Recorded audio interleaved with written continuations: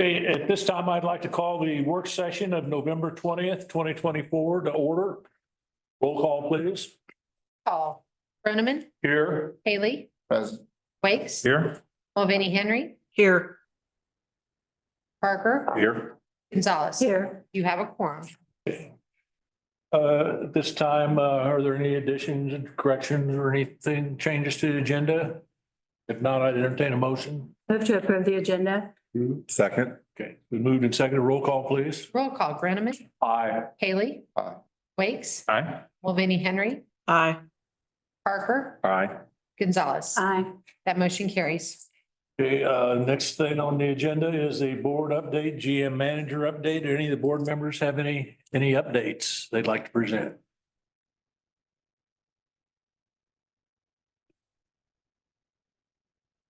Mr. Johnson? Nope. Okay. I'm not. Moving right along to the corporate compliance update. So thank you, everyone, for the time tonight on the agenda. And I think you all know Ingrid Setzler and AJ Kaufman. We were at the budget meeting on. Mike down here. Yeah. So thank you for having us on the agenda tonight and look forward to giving you an update on the compliance team. We're going to be reviewing, if you want to go through the next slide, Rob, that would be great. We're going to be reviewing the NERC standards and AJ will be presenting that, including the standards that we incorporated in the compliance program this year, but also some future regulatory requirements as well. And then just Ingrid's going to be providing a really interesting update on the environmental policy under TRUP to give a little bit of a prediction on what we might think that might be, as well as the environmental enforcement. And then we'll end with our draft internal audit program for next year. So with that, hand it over to AJ. Great. Thank you, Lee. Good evening, everyone. Good evening. Everyone knows me, AJ Koppel. I'm the compliance officer. I get the opportunity to talk to you maybe once or twice a year. So I'd like to start off with just a quick overview of the department and our responsibility to you. So our department really has the oversight of all the NERC, SIP and OMP standards and requirements. We provide guidance to all the business units that have to follow and adhere to these standards, and we assist them in developing processes as well as finding efficiencies to ensure that we stay within compliance of the regulation. We additionally have implemented an insurance monitoring and auditing function, which I think I presented on last year, where we're actually kind of going out and looking at the evidence and the processes from an independent view to ensure that we are completing what is required by the standards and requirements. And that also gives us an ability to look at it from an efficiency standpoint and determine if the internal controls are needed to keep us into compliance and try to mature the program along. Additionally, we are the point of contact for MRO, which is our regional entity who enforces, or they come in and audit us and determine if we are within compliance. And we are taking over a new function as being the point of contact for the SVP market monitoring unit. So there are some compliance obligations regarding the market that we are taking over as well. So I did want to touch on that we do have our audit scope for our 2025 audit. The audit actually starts in February 17th and goes through March 14th. And it consists of 3 weeks of offsite review of all the documents they request, and then they do interviews over the phone. And then if they decide that they would like to, they would come on site for a week.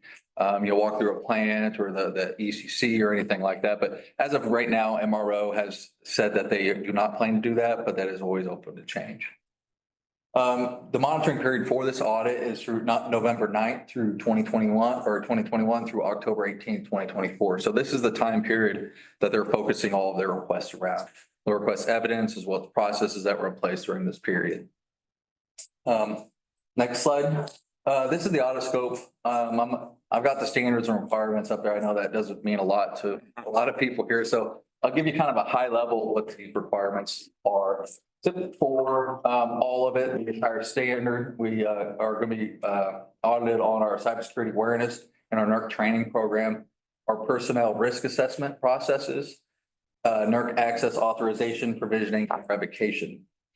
SIP 11 incorporates our information protection plan. So basically how we protect our NERC cyber system information, how how we dispose of it, and how we reuse assets that might have it on there. EOP 8 is our backup control center functionality and testing. So we have a backup control center as required. We have to test that on a basis. So that's what EOP 8 is. EOP 12, and I'm gonna go a little more into this in detail because this is an interesting one. Extreme cold weather preparedness. This is a big ticket item for NERC. We're getting audited on that. That went into effect actually October 1st of this year. So it's been in effect for a little over a month now. So they're going to be auditing us on that as well as a transmission extreme weather plan. PRC 23 was really just relay setting requirements. And then TOP 10 and TOP 3 is really quality assessment of the data that we used and then the data requirements that we're required to send to SPP. Did that cold weather assessment and preparedness come out of that issue in Texas? Yeah, so they were actually creating EOP 11, but when that happened, but then they made a lot of updates following Uri based on the lessons learned that came from Winter Storm Uri, I think was the, right, or Elliott. I get confused, one or the other, but. I think you're. Elliott was first, okay. Oh, Elliott was first. Yeah. Whatever one was first, yes, they actually modified it and gave its own whole new standard for it. So there's been a lot of changes and NERC's been kind of, pounding this one into our head saying that we need to be more prepared for cold weather events like this. Okay, then I had one other Sure. little question. It's, so whatever they're testing that starts in 21, has that never been looked at an audit before? So the way audits work is what you'll get your audit letter and they'll define the scope and they'll look back all the way to the last time it was audited. Okay. So we had an audit in 2022 that went all the way up to October.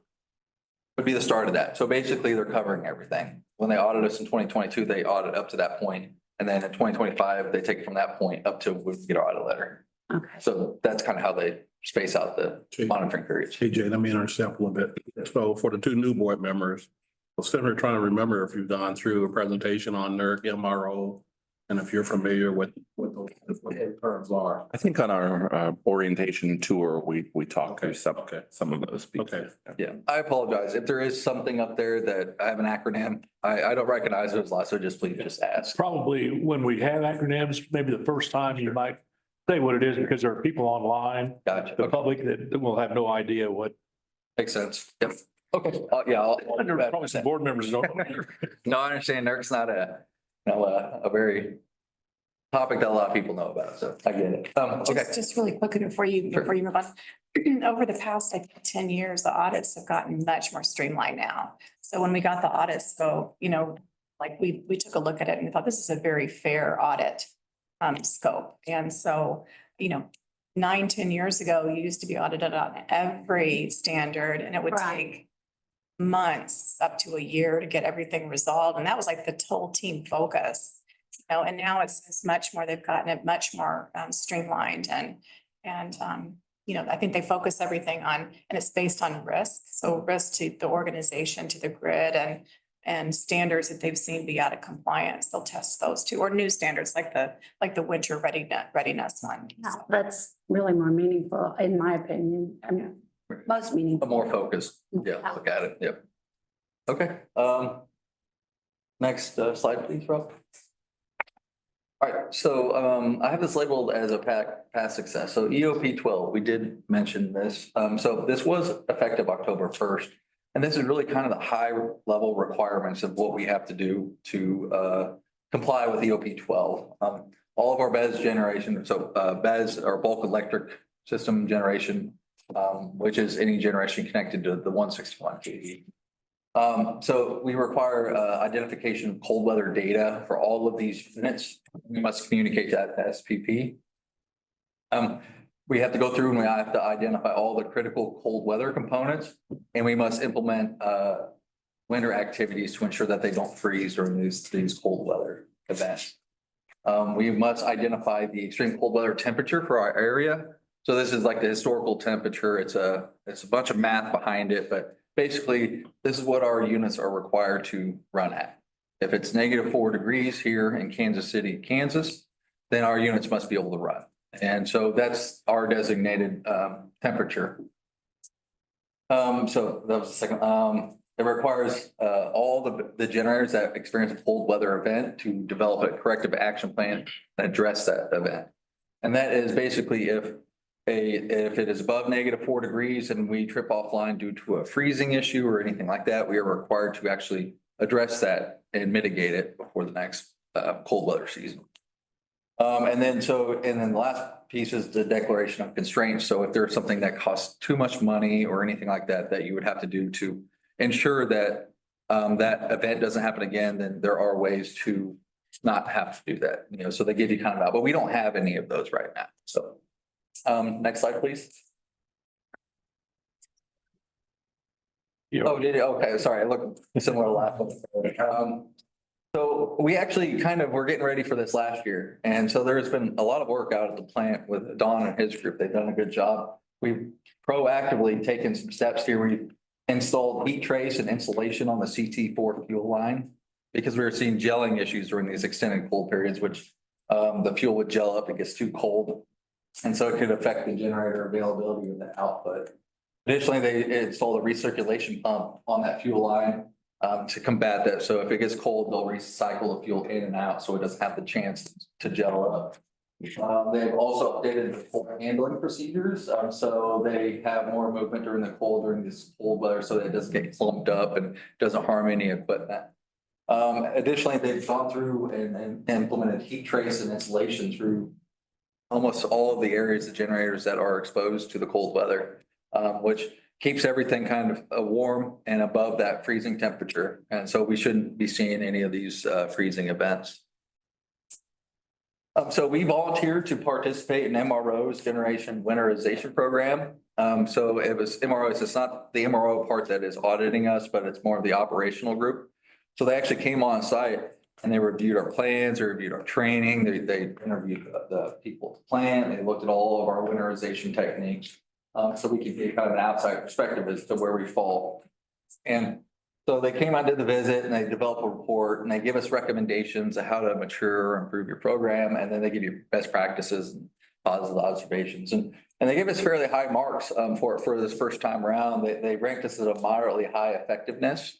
That they do have some recommendations that we'll be looking into implementing following this cold weather season. And so that's kind of the past success. And then there's one other standard that's kind of coming down that is really a change from what SIPA is. And it's the 15 internal network security monitoring standard. And the NERC Board of Trustees, they adopted the reliability in 2024. And then FERC has not approved it yet, but they said they're going to. So this is going to come into effect. It's just not officially into effect right now. We expect it to be effective in about 2026. And I'll kind of get into what this is. Next slide, please. All right, so, and please don't laugh at my drawings here. This is the best way for me to kind of explain what internal network security monitoring is. So if you look at this diagram here, everything in red is really kind of what the SIP standards are focusing now. It's taking all of your assets and protecting it, making sure that the communication that goes in and out is the communication that you want. So you're protecting everything as a whole, as a system. And so you basically monitor the firewall, you group everything in there. Additionally, you also physically protect them in the same way. Only people that need access to it should get access to it. And that's really kind of a high level of what the SIP standards do. Now, the new standard, INSM, next slide, please. Yep. It's actually monitoring the communication within the network. So there hasn't been any requirement. So all those connections between those devices within your network, never been a requirement to monitor that traffic, to ensure that the traffic is normal and expected. And so the new standard will address this. And this is big for identifying insider threats, as which MRO and basically all of NERC is increasing the risk level of. They see that as an increased risk. So they need a way to baseline communication devices within the network and then identify if there's anything wrong and alarm to it. So that's really kind of the high level for it. So you're talking about the network inside the utility, you're not talking about inside, like. It's the operation. Oh, the operation. Yeah, like the operation. Thank you, thank you. Here, yeah. Thank you. For a point of clarity, the operations network is a sub-network to the corporate network. It's not the same thing. Right. That's why I want to make sure. Yeah. And because I know, if Rob was, like playing Roblox,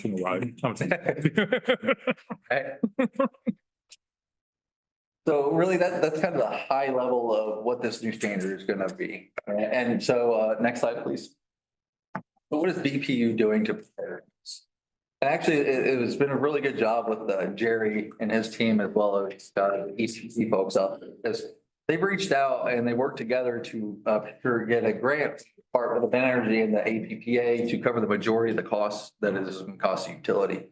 They had grants for increasing cybersecurity for public power entities, as long as it's not required by a regulatory standard. And so they had the foresight to go out there and get these grants because it's not technically required by standards. So they're able to get about, I think, close to 300,000 to implement this. We're going to have to cover about 7% of the cost, which is going to be attributed to the man hours. But the grant covers the hardware, the training, the installation, and 2 years of support. So it will be pretty much paid for the majority of it from the grant that we got from the DOE and APPA. Can I ask a Republican question? What's that? Can I ask a Republican question? Let's hear it. What are you gonna do after the funding's over in those 2 years? Well, we'll have to visit at that time. I can't tell you. But we will have to comply with this because it is going to be a regulatory Yeah, of course. at that point. Okay, at that point, it will be, Yeah, so in 2026, we expect it to be a requirement. And so we will have to do this. even with the new administration? Okay, all right. I would say yes for the. Okay, thank you so much. Appreciate it. Yeah, no problem. For the point of clarity, any hardware purchase in support of this would then go into our normal refresh cycle for replacements in the future. So the acquisition costs or CapEx costs and the audit costs cover the maintenance. Thank you. I appreciate you. Okay, and that's all I had prepared for today. Are there any additional questions? I jumped the gun. Oh, I welcome the question. I like it. I just wanted to add a couple of things. The first thing is about the winter readiness standards that we implemented. That took a lot of work and partnership with Jeremy's team. And so the operations team was very critical to help us implement that this year. So, and then if you ever want to look at, I guess, a standard that we put together with background information, that's a really good one to look at. I mean, it required them to list all the components of the plant and review all the components that were at risk for freezing. So it's really a great program. And then just Stevie, to add on to your question about just cyber, we anticipate that the CIP standards, the critical infrastructure protection standards, will probably be only more stringent as time moves on. So this step on the INSM is probably the first step on that. So. One question, the -4 degrees. That's what that's the target or whatever. Right. It's- So if we have a cold snap and it gets down to -10, -15 for a day or two or three, and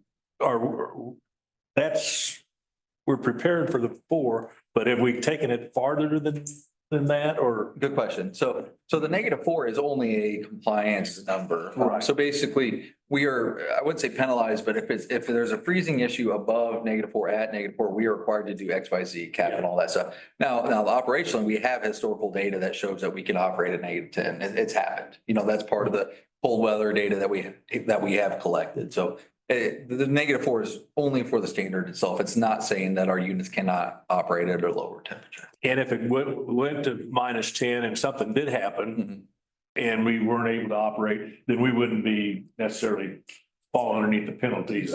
Correct. We just wouldn't be required to do a corrective action plan and submit it and all of that stuff. I'm sure we'd still address the issue. It's just not a compliance requirement to do so.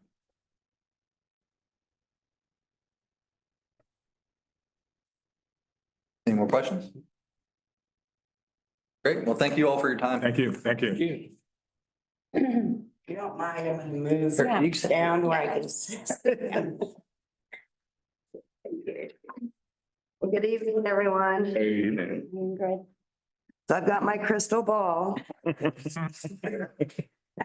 Glad you do. So don't yell at me if it's not accurate, right, in a couple year or two, but so So I'm just gonna give some highlights of how we anticipate the next 4 years to change from the current administration. So we're talking Democratic to Republican. I also want to state that we've seen this before. So, under Obama, right, we had the Clean Power Plan, which was the CO2 regulation, greenhouse gas rule, and a handful of others. And then Trump came in soon after, later, and we've seen processes go back and forth through different mechanisms. And so this slide kind of tells us what kind of mechanisms presidents have. Obama's utilized Biden's utilized these. We've seen the CO2 rule go into a stay from Obama. And then again, when Trump came out with the Affordable Clean Energy Rule, which replaced the Obama Clean Power Plan. And now we're back kind of into the same circle with the CO2 rule, at least to say that, because we have the current rule that's in place that we have to actively meet, so we'll see. We'll talk about what we think Trump might do with that. So the mechanisms in place that any president has are some of these that are listed here. There are executive orders. They can freeze rules, pull back regulations. They can remand a rule with or without vacator. They've got petitions for rulemaking. They can review and reconsider rules that are currently out there. Trump has talked and presented his Agenda 47. So we've got those new policies and priorities under that. He can stay some of these rules under the Administrative Procedures Act. There's also, recent, I think in July, I brought up the Chevron deference or the Loper-Bright Court, Supreme Court decision. So this will be the first full-term presidency who will see this and how that might change some of these regulations going Are they will forward. change me? It'll change. They will change, oh, definitely. It will definitely change. Yeah. Next slide, please. So with that said, we've got the executive orders. It's a big one, right? Every president, first thing they do is they come out with a litany of executive orders, right? And so that will likely freeze rules that are currently being worked on or can be pulled back. Trump's Agenda 47, he's already announced within this that, he plans to leave the Paris Climate Accord. The Clean Air Act, which is that greenhouse gas rule and a lot of the other ones we deal with, could be potentially a 90-day stay, review and reconsideration of the rule, could be remand with or without vacator. And what is vacator just for? Goes away, vacates, it's gone.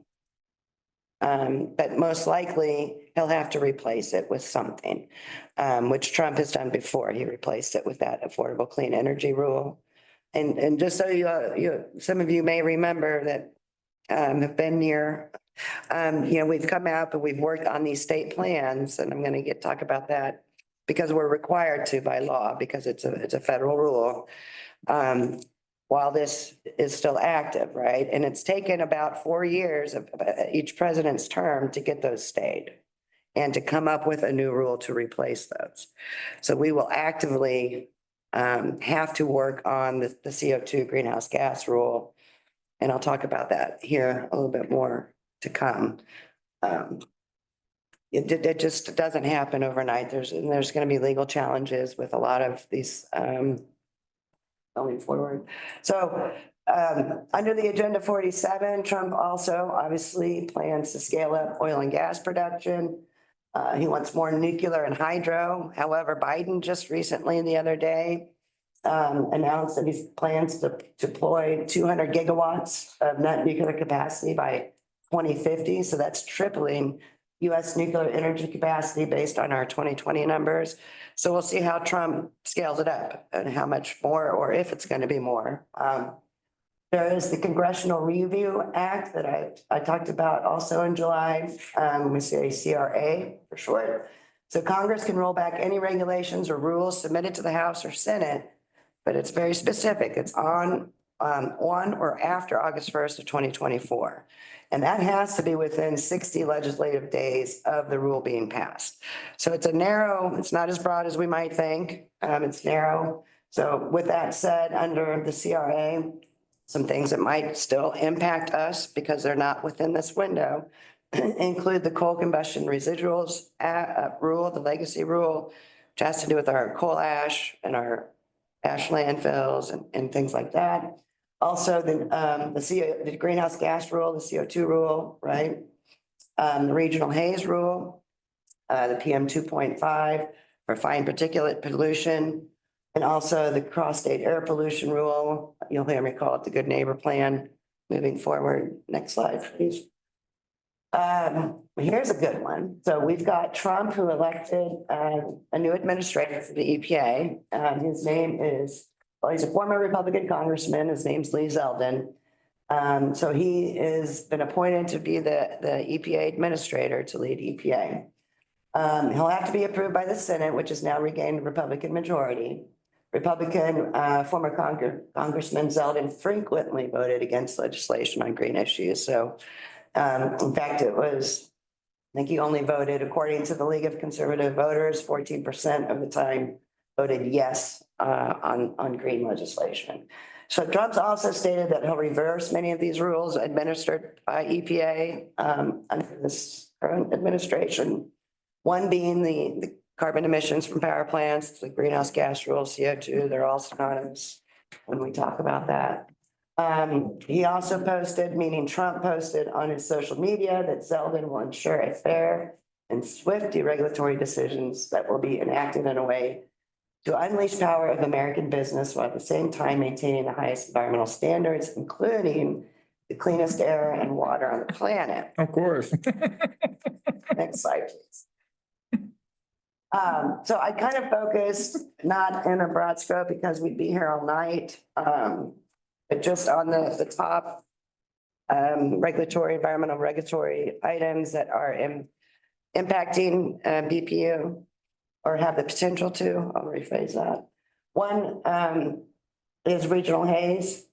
It's really hard to say how Trump is going to come out on this one. It's kind of to be determined. It's not a top issue. I don't see it being in his top 10 David Letterman list, basically. But this is a rule that states have to develop their state plans, which Kansas did, and it was recently Kansas was recently disapproved. I think I've mentioned to you all previously that we've been working with the Kansas utilities on this rule and PM 2.5 and the greenhouse gas rule. And so Kansas utilities, KDHE, and we've also had some conversations with the Attorney General's office more recently with respect to both regional haze, PM 2.5 and greenhouse gas, discussed how, and we all decided to wait till after the election. How are we going to proceed on these state plans? KDHE, kind of has to get permission from the governor's office. So we're looking at put those meetings back starting here in December to see how we're going to handle all of this. So with PM 2.5, it's very possible that Trump will potentially remand this rule. It could also be under Zeldin that EPA reconsiders this. It is up for re-review next year anyway. So there's a good chance that happens, which could mean that we get more flexible area designations and maybe some offsets under Trump. So PM 2.5 is particulate matter, and it's a big deal, not just for power plants, but other industry. I think I mentioned this in July.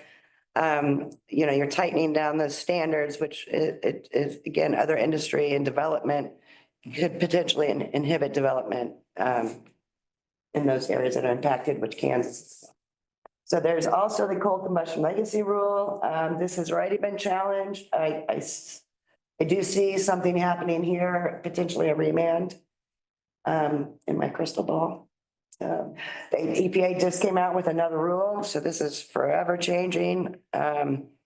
We'll be reviewing that. It's kind of firming up what's already been the other three rules that are out under this regulation, and we'll be commenting in December on that if we do have comments. Next slide, please. Okay, so the greenhouse gas rule, this is the CO2. So I do see Trump, he's got several ways to do this. He could hold it in abeyance, he could remand while evaluating it and developing his own rule, which will most likely be the most successful if he comes up with another rule to replace what's there, but will take some time. But if he gets Zeldin to volunteer and remand this, that's a whole different ballgame. So that could happen as well. It'd be a little bit highly unlikely because of the legal issues surrounding that. As I mentioned before, state plans are due May 9th of 2026. KDHE requires at least 12 to 18 months of their own time to be able to get this passed through the state process to make it a state law and through a state plan approval. So we will need to work expeditiously to get these plans developed and be completed probably by the fall of 2025, which means, by the way, it would be committing our Nearman unit to, whether we want to convert to natural gas and cease operations by a certain year, or are we going to invest in carbon capture and some other technologies? These are all very big decisions that I'll be reaching out to my superiors on that. Cross-state air pollution rule, good neighbor plan. Again, I do see this has already been stayed. I see some potential. So I'm sorry. I did say okay the other day to having Black and Beach go back to the IRP to take a look at if we can build a case towards switching to natural gas to run Dearman or not, since they've done so much already in this area. So and we need to know those answers because it will certainly probably change how Nearman operates and are moving from coal to gas. And, those future decisions need to be fully vetted out and we need to have some pretty solid answers as to what all that means. Yeah, and that may be a whole separate presentation on its own, but it is, we're looking at that. I've also even just biomass, being to see if it's even an option at Nearman and what that looks like. Next slide, please. So I just want to reiterate the Good Neighbor Plan is one reason that we follow up from our budget. We invested in the catalyst replacements and the additional layer. It has been stayed. The Supreme Court stated for only those 23 states that were impacted, and it was basically because some states had to do it. Out of that 23, some did not. And it was fractured EPAs, and the court said, how can you make this work when without all 23 states that were initially under the rule? So EPA has come back recently in separate articles and said, oh, we can make this work. Kansas is one of the 5 newer states that are implicated in this. And we have not gotten a final formal disapproval, full disapproval. Initially, EPA said, yes, Kansas, you're good. Then they came back and said, no, we're partially disapproving. We're expecting a full disapproval. And with that, we've seen, even though we've not been implicated initially, we've seen our allowance cost skyrocket, right? So we're going to have to, we've invested on the catalyst layers to as a potential issue with this rule. We do anticipate Biden trying to get this pushed through by the end of this month, quite frankly. So we'll see what happens. There are oral arguments scheduled in 2025. Under Trump, we could see a potential withdrawal of the rule of the Good Neighbor Plan and the SIP disapprovals. So what did you say skyrocketed? So we have allowances for NOx and nitrous oxides, SO2 for our power plants. For Nearman Creek Power Station. There are acid rain separate, but so we purchase allowances, we can save allowances, depends on how much you emit, right? And there were formerly Group 2 and Group 3. Kansas is in Group 2.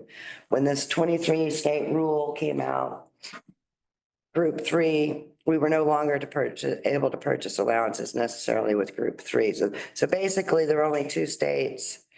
It got complicated. Yeah. There are only two states in group two, which was Kansas and Iowa, right? And so this proposed rule, or the rule that's been stayed, limited your buckets of money. It ratcheted down on the allowances. So let's just say you try to bank your allowance as a utility, right? So we were trying to save by air emission controls, right? Implementing those controls, reducing our emissions, thereby increasing our allowances, where we could potentially sell allowances to another utility or other utilities we purchase from as well. So that shrank, right? That market just went dry. And so those allowance costs skyrocketed. So in group three, mostly East Coast, some South, you know, they were paying 75,000, 50,000, 75,000 a ton, right? Because it's 1 ton for an emission allowance. And so, and we saw ours go from $200 roughly, plus or minus, give me a little leeway here, up to, you know, anywhere from $5,000 to $30,000. And we were not even in the rule, you know, at that point, right? So this is, it's like market, you know, if you can't get toilet paper because of COVID, you know, your prices, then you find it and you're paying $100 for a roll type of thing. So it's market driven. So I do expect Trump to do something with this, just to get that out. And as we talked about before, there's the Upper Bright. And so the overturning of the Chevron deference long-standing legal doctrine. So that required deference to the permissible agency interpretations of the statute the agencies administer. So if EPA comes out with a rule and Congress wasn't able, there's a couple step process to determine either way, it would go back to that respective agency. For me, it's EPA. EPA now doesn't get that. This overturns that because of the Administrative Procedures Act, right? It says that there has to be an independent judgment in deciding whether an agency has acted within its statutory authority.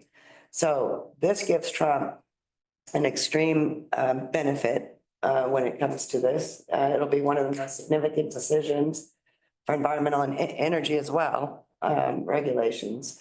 So we do expect to see the courts swaying in favor of industry under this. Next slide, please.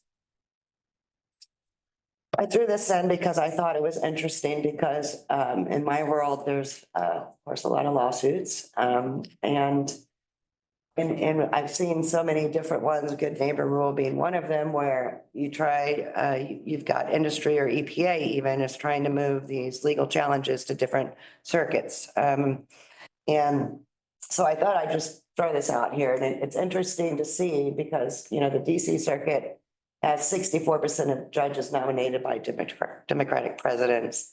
And the federal circuit is 66.7 nominated by Democratic presidents. So this will too play an interesting role in where some of these litigations happen. Next slide, please. Okay, so will Trump repeal the Inflation Reduction Act, the IRA, right? This is one question I think we had. Well, good or bad, but 75% of the money's already been awarded, right? So 75% of those funds have gone out the door. However, unspent funds include USDA, so there's some environmental quality incentives, regional conservation partnership programs, conservative or conservation stewardship, and rural energy American programs that are still not been awarded. Other grants include grants to reduce air pollution at ports, and some of the EJ or environmental climate justice block grants have not been awarded. It'll be interesting to see the oversight. One thing Trump has stated is that he feels there's no oversight of the funds that have already been awarded. And so there could be some changes on that front. And I could see that happening. I don't think he'll get back the funds. The other way, another at least in my world, when we're talking about CO2 and the greenhouse gas, one of the mechanisms EPA has in regulation is carbon capture, right? So you have up to a certain time frame, you can convert to natural gas 40% or all natural gas or carbon capture, right? So carbon capture is really the goal. 45Q is a tax credit that is out there currently. Trump has announced that he may increase this, which is kind of going against him getting rid of the rule. So we'll see how that plays out, and maybe it's for other development and oil and gas, because currently oil and gas is the big industry and the only industry really utilizing carbon capture at this point. So it could be related to the oil and gas sections. But also the Class 6 permits, if you recall, I've looked into this a little bit. I've had conversations with the Kansas Geological Group, for the possibility of putting in a Class 6 well at Nearman. That's for carbon capture. So permitting reform, we expect to see under Trump for that. It's taking 42 years for that. Safeguards, 45Z is the fuel credit tax. We'll see if he changes that. When we get to the DOE loan program office oversight, I'll just say this about DOE programs. If you haven't gotten your money yet, I wouldn't count on it. It may be just taking in applications. It'll probably take a heck of a lot longer. And those funds, we'll see if you get them. Next slide, please. I kind of already talked about this. Priority regulations, obviously the greenhouse CO2 gas is that's a big one. One way that Trump did this in his past presidency is you're required, the EPA is required to do a cost benefit analysis of the regulations, not all of them, but a good portion of them. And there's modeling associated with that. There's a lot that goes into all these studies. And so Trump, with any model, you can have different inputs to give you a different output. We expect that to change under the Trump to be more favorable to industry. And different permitting challenges also, I think, giving energy permits and things like that priority. Next slide, please. So just to recap, Trump kind of came in with his first presidency, this cooperative federalism, which is the agencies working together with industry, EPA working with my group, impartial rule of law, pragmatic enforcement, narrow use of consent decrees, reform citizen suits. His priorities are back to the basics, national compliance initiatives, compliance integrity, fighting fraud. I don't know how far that'll go. Protecting America's workers. And one thing with that is the risk management plan, which has been revamped several times and not too long ago. We do have one for Nearman Water Treatment Plant. So I think that will stay in place. I don't think he's going to touch that. And just real quick, enforcement, we've seen the trends. You got it for 2020 to 2021, you have to consider COVID. Nobody was getting out, right? So that big dip there is one, but they have increased slightly under Biden, but we'll probably see that trend go back down a little bit. Next slide. Questions? That's fine. What's the good news? I was gonna say with I mean, with Donald Trump coming into office, Bill, you want to consider rescinding your retirement or? Ingrid, I'm sorry. I realize a lot of the answers to this is up in the air, but with some of the big decisions coming down the road, it feels like there's a decent chance we are looking at, future generation decisions, either with a brand new rule or we're still under an old rule, but we're expecting maybe it's going to be replaced. Like, I don't know if you have any magic wisdom to share on sort of navigating that, but then also thinking in terms of going back to the second term, since the second term of George W. Bush, there's only been one election cycle where the same party held the White House, right? So right. even if we get 2 years down the road or 3 years down the road and we go, okay, we think we know what the landscape is now, we're still bracing for whatever comes after that. How? I guess my question is, any advice you have for making, 10, 15-year decisions or 40-year decisions in the midst of, we know what the rule is this day, but not necessarily 3 years from now? So I think, in general, we're turning to a more renewable, clean energy world, regardless of who's president.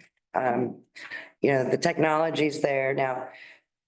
There's a lot of industry upset with Trump, even though they voted for Trump, because they've invested their companies thousands, millions of dollars in some of these standards, right? Whether it's oil and gas and cutting back on certain things, electric vehicles, all of that.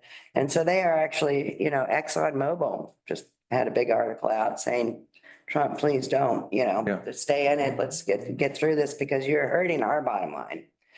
And so I think as a company, we have to look, no matter what, we have to work towards that goal, but that has to be a sustainable goal. It has to be done in the most cost efficient way, right? Carbon capture right now is not the most cost efficient way. There's not a pipeline. There's not a lot of things. So I had this big talk with Kansas geological guy, and they're doing this great big study through Kansas. They haven't come to Kansas City area yet. They're right cut out. And I said, why haven't you done us yet? We gotta know what's going on. So no, but these are things, the technology's coming, it's just not here. And it'll be just like solar at first and wind, super costly, but it's all, we've seen it come down. And this eventually carbon capture, if it's a sustainable solution, will come down. But we're just not there yet. And so we have to follow the rules and the regulations. I've been through this 4 times now. I doubt if we see anybody rush out and start building a new coal fire. Sure. No, but what, the thing is, we'll have to invest my time, as well as the other Kansas utilities in writing these state plans. And then, and again, it may take the 3 or 4 years unless the Zeldin administrator, remands it himself, which could happen. But there's, again, you face legal challenges, which then the rule can still go into effect under those legal challenges, which then Trump doesn't win anything, because we've seen things like that happen before as well. It's a roller coaster. But I think as a company, we all know where we're headed as far as clean energy. And that's market driven rather than administration driven. It really is. And, you don't want Trump to hurt industry, right? By cutting some of the things, the credits that have already been established. But he might, I don't know. I don't have that crystal ball. Do you ever seen where states promulgate rules that are in excess of what the Fed's been looking at? I mean, I know we're all I know there are no state boundaries between, we're talking about clean air, what have you. I was gonna say California, but Trump's promised to so their renewable or EV standards and things like that, right? To pull that, they have their own state laws there. For Kansas, they can't be more stringent than the federal and the air side.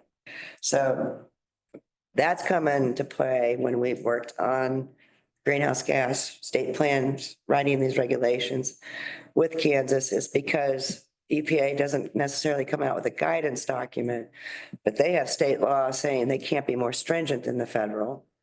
And if we're writing a state plan, how do they know if they're more stringent when EPA won't necessarily say, so it gets complicated. But California and there's an East Coast state that just did it. Yeah. Vermont.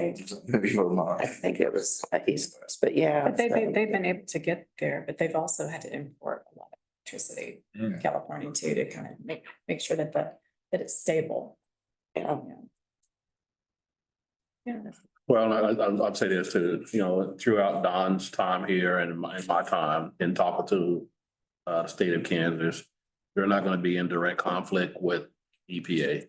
They're gonna look at that, see what they can do, see how they can work within the EPA rules, but Yeah, in Great Point, they're not gonna go veer too far off the path, right.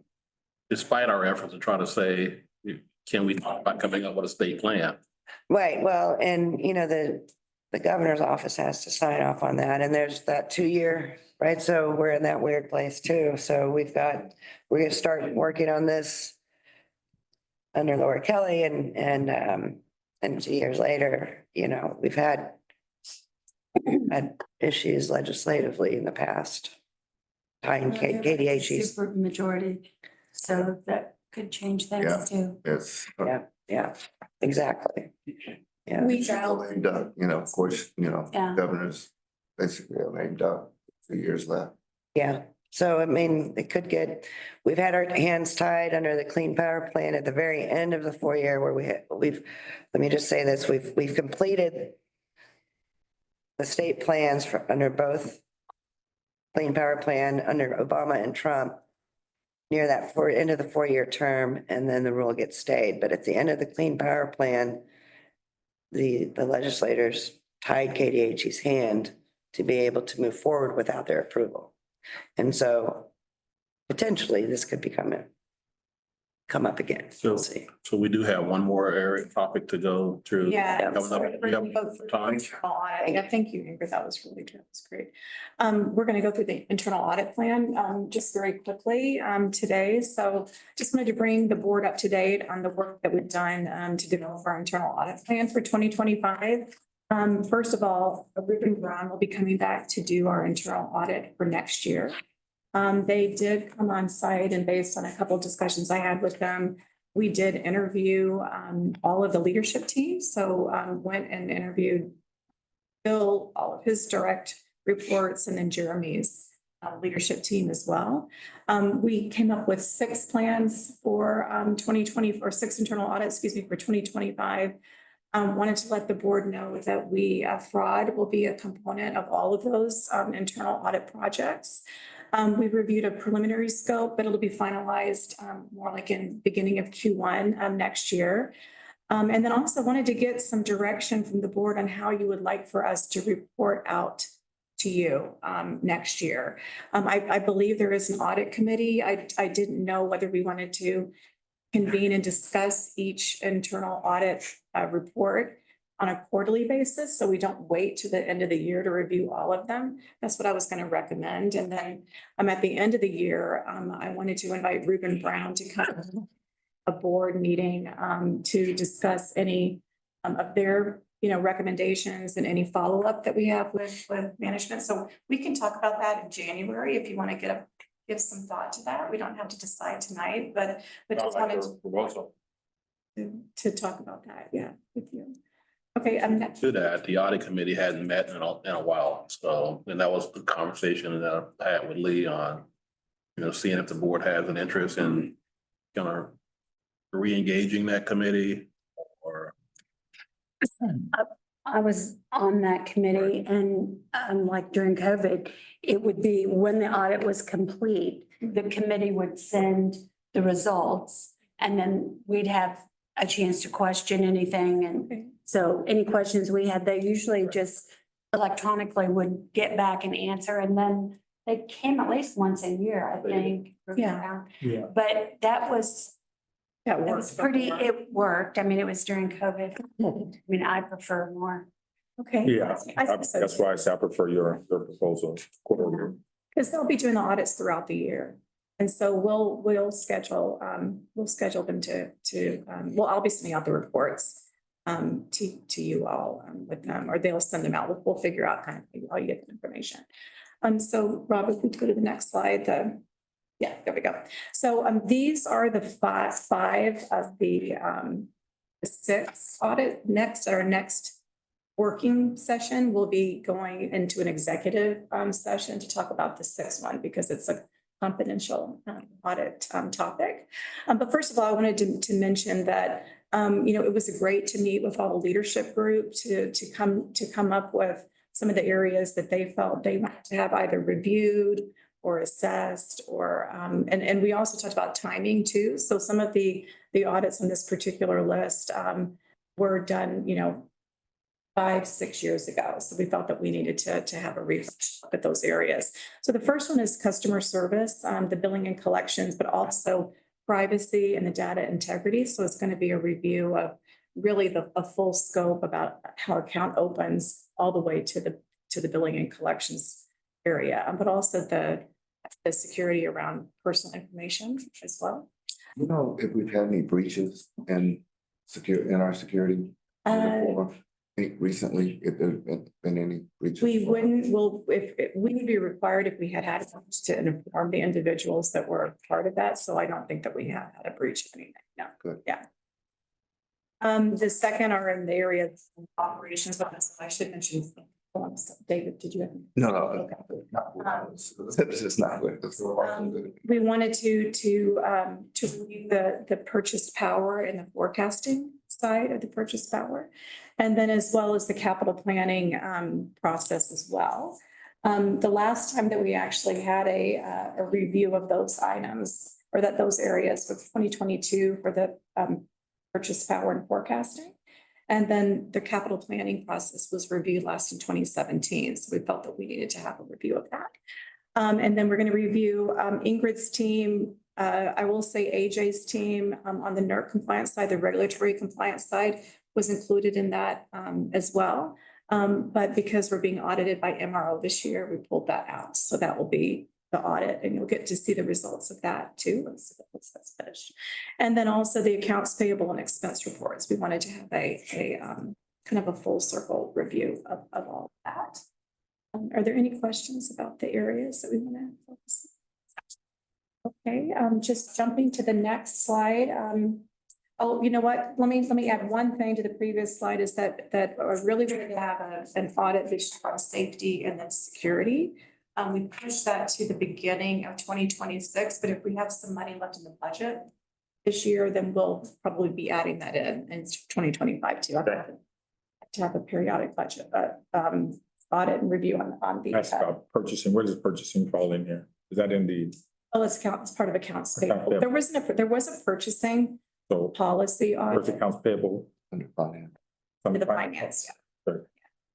And there was a purchasing policy audit. received that. Policy, but there was an audit of the policy or? There was an audit of the purchasing process. I think that was in 2022 and it might have been before you came. And if you'd like to see that, share that with you. I appreciate that. Yeah, and I can, follow up, any follow-up items. Thank you. So just jumping to the last slide, 2025, we're going to be going out for an RFP to replace the audit firm.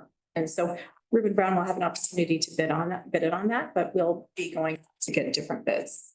And that's it. I know we have kind of. You may want to talk about the process we tried to establish for this year. About the internal audit and moving that to. Yeah, the RFP and Yeah, the. so we did go out for bid to replace Reuben Brown at the beginning of this year and settled on 2 audit firms, Eide Bailly and Reuben Brown. And just the team decided to go with a different firm. When I started, Becky on Lori's team was working to finalize the engagement letter. And there were some terms in the engagement letter that really should have been in the professional services agreement that Bill and their partner had already executed. So it was almost like reopening up the professional services agreement. And so we just weren't comfortable with that. And on that too. Yeah.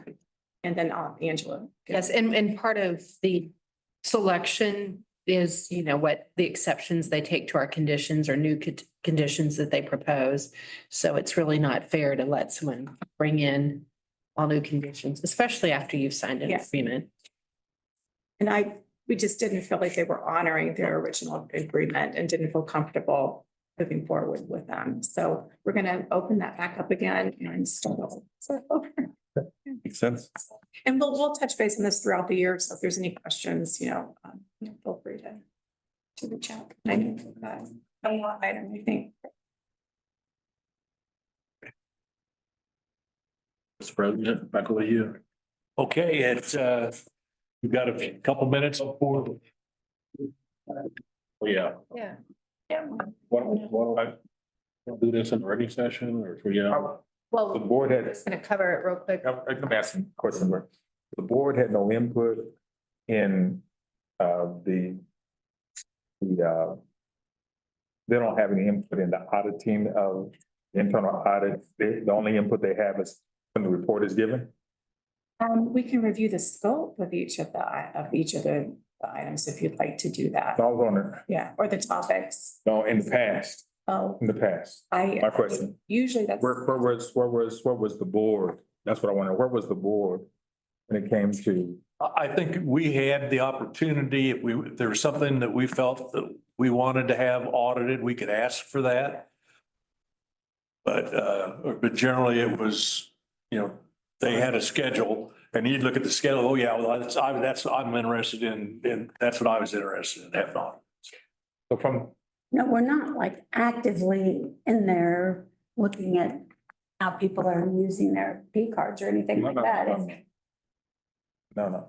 We just received the report. Okay, so that's where the board is. That's the board, that has been the board's involvement in the past. Just reading the report Receive the report, then you have the opportunity to talk and that to question. anybody that's being audited or the audit or Reuben Brown. Okay, very good. Yeah. Okay. And they're That's my question. always very responsive. Reuben Brown is very responsive when I'm Okay, ask and them that was, and you asked the question after you received the report. Right. Thank you very much. We do have one other thing to go over quickly. Sorry, I didn't have the agenda in front of me. Go ahead, Abby. From the Customer Service Policy Committee, we approved the changes to the policy. However, there were some changes made to the fee schedule. Most of these are just formatting changes. We did change where it says prepaid to flex pay, because that is our that's what we call it, was formatting on things being bold, italicized, that we've changed. And then primarily under 1.02, number 2B, where it's electric and water are separate, we've combined those and then done water only. And then on C, same thing where we've combined those. And so it's cleaner, the formatting looks different. The dollar amounts have not changed, but this will be something that we'll have a resolution in the board meeting and ask for approval. Sounds good. Okay, this time I'd ask for a motion to adjourn. That move. Wait a second. Okay, been moved and second, roll call. Roll call, Groneman, Aye. Haley, Wakes, Aye. Mulvihill and Henry. Aye. Parker, Aye. Gonzalez. Aye. That motion carries.